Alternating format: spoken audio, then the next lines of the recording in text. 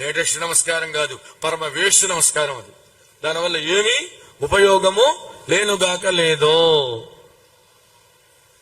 నమస్కారం చెయ్యి, అది పోయిందండి. పెద్దవాళ్ళు ఎవరున్నా బాగా గమనిస్తున్నానండి. నేను అందుకని నేను కూడా హాయ్ అన్నాను అనుకోండి, హాయ్ అంట, నాకేం పోయింది? హాయ్ అంటే హాయ్ అంట, హలో హలో అంటాం. ఎవరన్నా నమస్కారం గురువు గారు అంటారు, ఆయుష్మాన్ భవ అంట, వెంటనే విద్యావాన్ భవ. అంతే.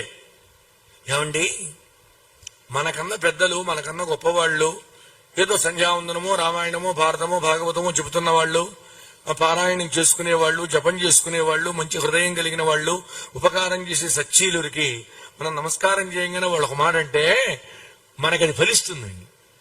అందుకని పూర్వం నమస్కారం చెయ్యి అని గట్టిగా చేయించేవాళ్ళు పెద్దవాళ్ళు, అవునా కాదా? అందువల్ల అది విధానం, ఇంకొకటి కాదు.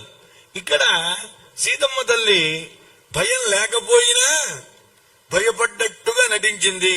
నిజంగా భయపడి చూస్తోంది ఎవరండి? రాక్షస స్త్రీలు.